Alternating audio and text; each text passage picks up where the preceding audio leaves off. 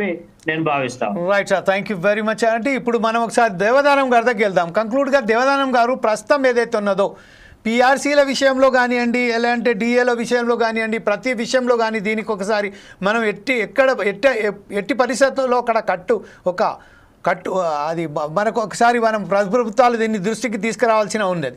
అదే విషయంలో ఈరోజు 15 ఏళ్ల పాటు ఏదైతే మనం బకాయిలు ఏదైతే ఉన్నదో పీరియడ్కి సంబంధించిన వారి పూర్తిగా ఏదైతే రికవరీ ఉన్నదో 15 ఏళ్ల పాటు కాకుండా 12 ఏళ్ళకే తగ్గించాలని ఒక డిమాండ్ మీద ఉన్నది. అలాగే 20 ఇయర్స్ లోపే ఫుల్ పిటిషనర్కి సంబంధించిన ఫుల్ పెన్షన్స్ ఇంప్లిమెంట్ చేయాలనే ఒకటి కూడా ఉన్నది. ఆ విషయంలో ఈ ప్రభుత్వాలు ఇంతకుముందు గతంలో అనేక సార్లు దీనికి ఆమోదం పలుకుతూనే చెప్తారు, మేము ఖచ్చితంగా దీన్ని అమలు చేస్తామని చెప్పారు. కానీ ఇప్పటి వరకు అమలు చేయలేదు. అది 20 ఇయర్స్కు సంబంధించిన ఫుల్ పెన్షన్ స్కీమ్ కానివ్వండి, 15 ఏళ్ల నుంచి వెళ్ళి 12 ఏళ్లకు తగ్గింపు అనేది కానీ విషయంలో కానివ్వండి ఇప్పటిదాకా తీసుకోలేదు. ఇంకొక విషయం ఏంటంటే ఇప్పుడు ఏదైతే మనం చెప్పుకుంటూ పోయామో రాష్ట్ర ప్రభుత్వం నుండి ఎవరైతే ఉద్యోగ విరమణ చేస్తున్న ఒక ఉద్యోగస్తునికి 35 నుంచి వెళ్ళి 40, 50, 60, 70 లక్షల వరకు రావాల్సి ఉండగా ఆ వస్తాయనే ఆశతోనే అప్పులు తీర్చుకొని ఈరోజు ఆ అప్పులు తీర్చలేక ఆ వడ్డీలు కట్టలేక సతమవుతున్న ఉద్యోగస్తులకు సంబంధించింది లాస్ట్ కంక్లూడ్గా మీరు ఎట్లా దీన్ని తీసుకెళ్తారండి ప్రభుత్వం దృష్టికి, ప్రజల దృష్టికి? Right sir, thank you sir. మరొకసారి 4 సైన్స్ టీవీ వారికి నా హృదయపూర్వకమైన నమస్కారాలు. మరి ఒక ప్యానెల్లో ఉన్న యొక్క పెద్దలందరికీ కూడా నమస్కారాలు. మనం ఇంతకు ముందుకు ఆల్రెడీ ఈ యొక్క అంశాన్ని చాలాసార్లు డిస్కస్ చేసి ప్రభుత్వ దృష్టికి కూడా తీసుకొని పోయినాం సార్. ఇక మొట్టమొదటి అంశం దీని లోపల మరి వీరు చెప్పిన అన్నింటినీ నేను ఏకీభవించుకుంటూ మరి యొక్క పెన్షన్ యొక్క రూల్స్ యాక్ట్ ప్రకారంగా మరి సెక్షన్ 7 ప్రకారంగా ఏమున్నది అనేది ఒకసారి చూద్దాం sir. Determination of the amount of gratuity, the employer shall arrange to pay the amount of gratuity within 30 days from the act is an Indian law ఉన్నది sir. అంటే ఒక ఎంప్లాయీ రిటైర్ అయిన తర్వాత మరి 30 రోజుల లోపల అతనికి చెల్లించవాలా సార్. దీంట్లో వాళ్ళు రాసిన యొక్క యాక్టే సార్ ఇది. సో ఒకవేళ కనుక చెల్లించకపోయినట్టయితే సింపుల్ ఇంట్రెస్ట్ గా payable to the person to whom the gratuity is payable within it is a paid simple interest. అంటే సింపుల్ ఇంట్రెస్ట్ గా పే చేయమని అంటారు సార్. అంటే ఇప్పుడు మా ఎంప్లాయీస్, మా యొక్క ఉద్యోగులు, మా యొక్క మిత్రులందరూ కూడా మార్చి 24వ సంవత్సరం 2024వ సంవత్సరం రిటైర్డ్ అయిన కాలం నుండి నేటి వరకు దాదాపు 19 నెలలు గడిచినా గానీ మాకు రావాల్సిన మా ఉద్యోగులకు విరమణ చేసిన వారికి ఒక్క పైసా కూడా రాని యొక్క వైనము మనకు కనబడతా ఉన్నాయి సార్. దాంట్లో మిత్రులు ఇంతకుముందు చెప్పినట్టుగా అన్ని ఆ యొక్క సమస్యలు ఉన్నాయి. మరి ఆ సమస్యలు ఉన్నప్పటికీ వాటిని ఎట్లా అధిగమించాలి, ప్రభుత్వం ఏం చేయాలంటే నేను ప్రభుత్వానికి ఒక 2-3 సూచనలు చేయదలుచుకున్నాను సార్. ఈ ఆల్రెడీ మనం ఇంతకుముందు చేసుకున్నాం. సంక్షేమ పథకాలకు మేము వ్యతిరేకం కాదు. రాజ్యము ప్రజల సంక్షేమం చూడాలి, ప్రజల్లో భాగమైన ఉద్యోగుల యొక్క సంక్షేమం కూడా చూడవలసి. దేవదానం గారు ఒక్క నిమిషం అండి. ఇది సంక్షేమ పథకాలు వేరు, ఉచితాలు వేరు. సంక్షేమ పథకాలకు మీరు మాత్రం ఎవరు కానీ దానికి సంబంధించిన ఎవరు కూడా దానికి అడ్డు లేదు. కాకపోతే ఉచితాలు ఇచ్చి ఈరోజు వారికి ఉచితాలు ఇచ్చిన అందువల్ల ఆ ఉద్యోగస్తులు ఎవరైతే యువకులు ఉన్నారో వారు వేరే వేరే అలవాట్లకు వెళ్ళిపోతున్నారు, పని లేకుండా వాళ్ళు సోమరిపోతుల్లాగా తయారవుతున్నారని చెప్తున్నారు. దీనికి మీరు ఏకీభవిస్తారా? అది 100% కరెక్ట్ సార్. ఇలా ఒక వ్యక్తిని మనము ఇంకా సోమరిపోతులుగా చేసి వారు పని చేయకుండా చేస్తుంది ప్రభుత్వాలు ఉచితాలు ఇచ్చి. మరి దానిలో ఉచితాలు ఇచ్చే యొక్క భాగం లోపల పెన్షన్స్ ఇస్తా ఉన్నారు. పెన్షన్ ఎవరికి వస్తా ఉన్నది? మరి వాడు తనకు ఉచిత బియ్యం ఇస్తా ఉన్నారు, అది ఎవరికి వస్తా ఉన్నది? వాడు ఉచిత బియ్యం తీసుకుంటుండో పెన్షన్ తీసుకుంటుండో వాడు ఏ పని చేస్తాడు? అంటే ప్రభుత్వానికి కానీ మనకు కానీ ఎటువంటి ఉత్పత్తి సాధకులుగా వాళ్ళు ఉండలేరు.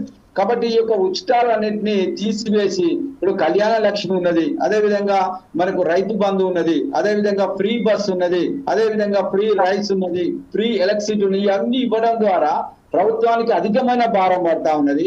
అసలు యాక్చువల్ గా ఎవరైతే బెనిఫిషియర్స్ ఉన్నారో ఆ బెనిఫిషియర్స్ కు అందలేకపోవడం వల్ల చాలా ఇబ్బందులు అవుతుంది సార్. ఇప్పుడు ప్రభుత్వానికి మా యొక్క ఉద్దేశం ఏంటంటే సంక్షేమం చేయండి, ఉచితాలను మీరు దాన్ని ఎక్కడైతే దాన్ని నిర్మూలించాలో, ఎక్కడైతే కట్ చేయాలో, ఎక్కడైతే వాటికి బ్రేక్ చేయాలని అది చేయవలసిన బాధ్యత ఉన్నది. అట్లయితేనే కొంత డబ్బు మిగులుతుంది. దాన్ని మీరు వేరే సంక్షేమ పథకాలు ఇవ్వచ్చు. అదేవిధంగా మాకు కూడా మరి రావాల్సిన యొక్క బకాయిలు చెల్లించవలసిన మరి చెల్లించే యొక్క ఆవశ్యకత మీకు ఏర్పడుతుంది అనేది తమరి ద్వారా ప్రభుత్వానికి మరి మనవి చేస్తున్నా సార్.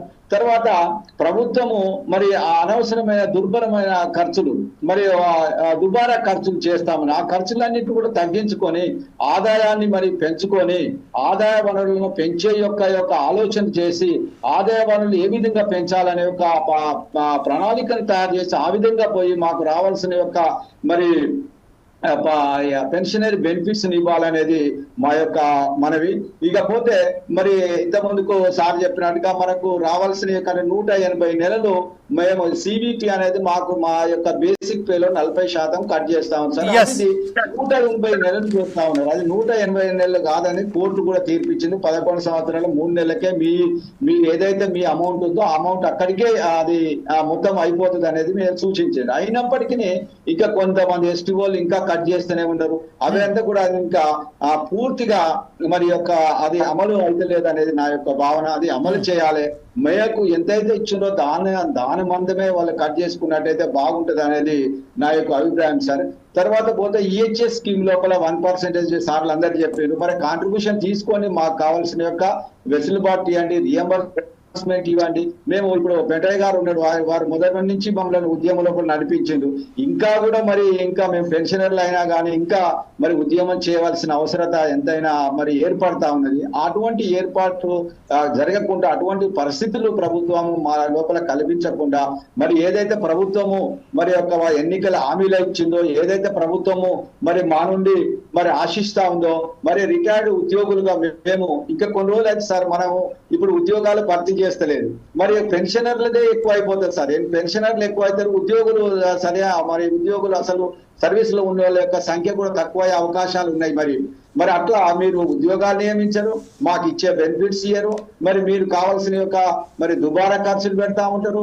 మరి అదే విధంగా మీరు ఉచితాలు ఇస్తా ఉంటారు. మరి ఆ ఉచితాల ద్వారా కూడా మరి ఏం సాధిస్తారు? మీ యొక్క ఓట్ బ్యాంక్ వరకు మీరే ఉచితాలు ఇస్తా ఉంటారు.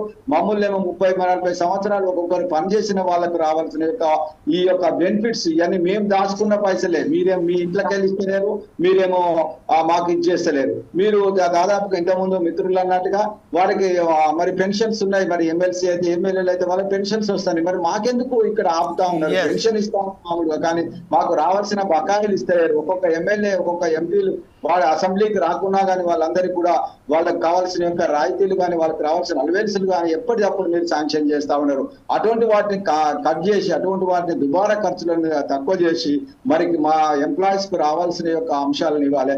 ఈ యొక్క కమిటీ వేయడం అనేది మీరు ముందుగా పెట్టారు సార్. ఈ కమిటీ వేయడం అనేది ఏ ప్రభుత్వాలైనా తాత్సారం చేయడానికి మాత్రమే ఈ కమిటీలు వేస్తా ఉంటారు. ఆ కమిటీలు ఇంతమటుకు ఎన్ని కమిటీలు వేసారు, ఆ కమిటీల యొక్క మరి వాటి యొక్క సిఫారసులను వేటి అమలు చేసారు? ఇప్పటి మటుకు సిఫారసులను అమలు చేయరు. మళ్ళీ ఇంకొక కమిటీని వేసి దాన్ని తాత్సారం చేసి ఇంకా మరి డ్రాగన్ చేస్తా ఉంటారు. రేపు ఎలక్షన్ కోడ్ వస్తా ఉంటది, మేము ఏం మీకు ఇవ్వలేమని మళ్ళా ఒక 6 నెలలు మనకు తాత్సారం చేస్తా ఉంటారు. తర్వాత మన ఇంకా మరి సర్పంచ్ ఎలక్షన్స్ వస్తాయి, మరి యొక్క మున్సిపల్ ఎలక్షన్స్ వస్తాయి. ఇట్లా మళ్ళీ ఒక 1 year మమ్మల్ని తాత్సారం చేసుకుంటూ చాలా మంది సార్ ఇంకొక విషయాన్ని తమ దృష్టికి మరి తీసుకొని వస్తున్నారు. మరి కోర్టుకు పోయారు సార్ చాలా మంది. ఇప్పుడు కొంతమంది బ్రోకర్లు కూడా తయారయ్యారు. మా యొక్క పెన్షనర్ల మరి యొక్క దాన్ని ఏమంటారు మా యొక్క వీక్నెస్ ను కూడా గమనించి వాళ్ళు ఏం చేశారు అంటే, ఇగో మేము కోర్టుకు తీసుకుపోతాం, కోర్టు ద్వారా మీకు ఇప్పిస్తామంటే కోర్టు ద్వారా వచ్చిన మరి ఆ యొక్క కోర్టు ఇన్స్ట్రక్షన్స్ కూడా ప్రభుత్వాలు అమలు చేస్తలేవు. మరి కొంతమంది ఏదో 1-2-3 మాత్రమే అమలైనాయి సార్. మరి వాళ్ళు ఇచ్చే వాటి లోపల దాదాపుగా మనకు ఇచ్చే గ్రాట్యుటీ కావచ్చు, మరి కమ్యూటేషన్ కావచ్చు 58.32% కాంపోజిట్ స్టేట్స్ అని అంటే అప్పుడు ఆంధ్రప్రదేశ్ ఉన్నప్పుడు ఒక 41.68 మాత్రమే తెలంగాణ ప్రభుత్వం చెల్లించాలి సార్. ఇది మనకున్న యొక్క గ్రాట్యుటీ లోపల ఉన్న యొక్క మరి క్యాల్కులేషన్. సో మరి ఆ కాంపోజిట్ గ్రాంట్ ఇస్తలేరు, తర్వాత కొందరికి తెలంగాణ గ్రాంట్ ఇస్తలేరు, కొందరికి మరి ఇట్లా కోర్టుకు పోయిన వాళ్ళకు నేను వాళ్ళని అడిగిన సార్, వాళ్ళు ఏం చేసినట్టే వీళ్ళు కాంపోజిట్ గ్రాంట్ లో ఉన్న అమౌంట్ మాత్రం పడ్డాయి సార్, ఇంకో గ్రాంట్ పడలేదు. అంటే దాని ద్వారా మాకు ఇప్పుడు ఎన్ని పైసలు వస్తున్నాయి తెలియలేవు, ఏది వస్తుందో ఏది రావడం లేదు కూడా తెలియని ఒక పరిస్థితి సార్. సరే ఇంకోటి GIS అనేది గ్రూప్ ఇన్సూరెన్స్, ఒకవేళ మేము చనిపోయినా ఏదైనా కానీ వాళ్ళకు అది ఇన్సూరెన్స్, ఆ ఇన్సూరెన్స్ కూడా అది ఎంత సార్ ఒక 80-90,000 ఉంటుంది అది, అవి కూడా మరి మరి రాని యొక్క పరిస్థితులు మనకు ఉన్నాము. కాబట్టి ఇవన్నిటికీ మూలము ఏదైతే వాళ్ళు మరి ప్రభుత్వం ఇవాళ వారికి ఆదాయాన్ని పెంచుకోవాలి, ఆదాయ వనరులకు కావాల్సిన అన్వేషణ చేయాలి, ప్రణాళిక చేసుకోవాలి. మాకు రావాల్సిన యొక్క అమౌంట్ ఏదైతే ఉందో తప్పకుండా ఇవ్వాల్సిన అవసరత ఉన్నది.